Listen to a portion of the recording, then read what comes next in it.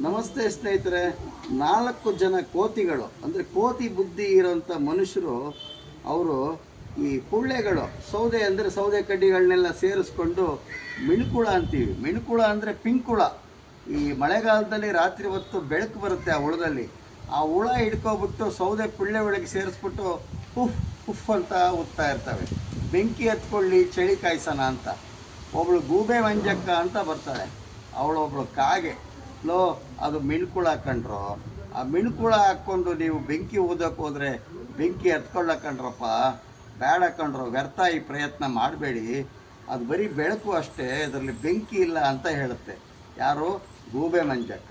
ಅವ್ರು ಹೇಳ್ತಾರೆ, ಏಯ್ ನಿನಗೇನೇ ಗೊತ್ತು, ಹೋಗು ಹೋಗು, ನಾವು ಈಗ ಬೆಂಕಿ ಹಚ್ತೀವಿ, ಚಳಿ ಕಾಯಿಸ್ಕೊತೀವಿ ಅಂತ. ಆದರೆ ಮತ್ತೆ ಮತ್ತೆ ಅವಳು ಹೇಳ್ತಾಳೆ, ಬೇಡ ಕಂಡ್ರು ದಡ್ರ, ಆ ಮಿಣ್ಕುಳ ಹಾಕೊಂಡ್ರು ಅದು ಹತ್ತಲ್ಲ ಬೆಂಕಿ ಅಂತ. ಆದರೂ ಅವರು ಕೊನೆಗೆ ಅವಳು ಗೂಬೆ ಮಂಜಕ್ಕನ್ನೇ ಹಿಡ್ಕೊಂಡು, ಅಂದರೆ ಆ ಕಾಗೆನೇ ಹಿಡ್ಕೊಂಡು ರಪ್ ಅಂತ ಒಂದು ಹೊಡೆದು ತೆಗೆದು ಅವಳನ್ನೇ ಆ ಕಡ್ಡಿ ಪುಳ್ಳೆಗೆ ಹಾಕಿ ಇನ್ನೊಂದು ಸೇರು ಹಚ್ತೀವಿ ಅಂತಾರೆ. ಇದರಿಂದ ಏನು ಗೊತ್ತಾಗುತ್ತೆ ಅಂದರೆ, ತುಂಬ ದಡ್ರಿಗೆ ಬುದ್ಧಿ ಪದೇ ಪದೇ ಹೇಳಕ್ಕೆ ಹೋಗ್ಬಾರ್ದು. ಪದೇ ಪದೇ ಬುದ್ಧಿ ಹೇಳಕ್ಕೆ ಹೋದ್ರೆ ದಡ್ರಿಗೆ ಗೂಬೆ ಮಂಜಕ್ಕನ ಕಥೆನೇ ಆಗುತ್ತೆ. ಹಂಗಾಗಿ ಸಮಾಜದ ಡೊಂಕನ್ನು ತಿದ್ದಕ್ಕೆ ಹೋಗಬೇಡಿ. ನಿಮ್ಮದನ್ನು ನೀವು ನೋಡ್ಕೊಳ್ಳಿ, ನಿಮ್ಮ ಡೊಂಕನ್ನು ನೀವು ಸರಿಪಡಿಸ್ಕೊಳ್ಳಿ ಅನ್ನೋದು ಈ ಕತೆ ಸಾರಾಂಶ. ಧನ್ಯವಾದಗಳು. ಜಯ ಗುರುದತ್ತ.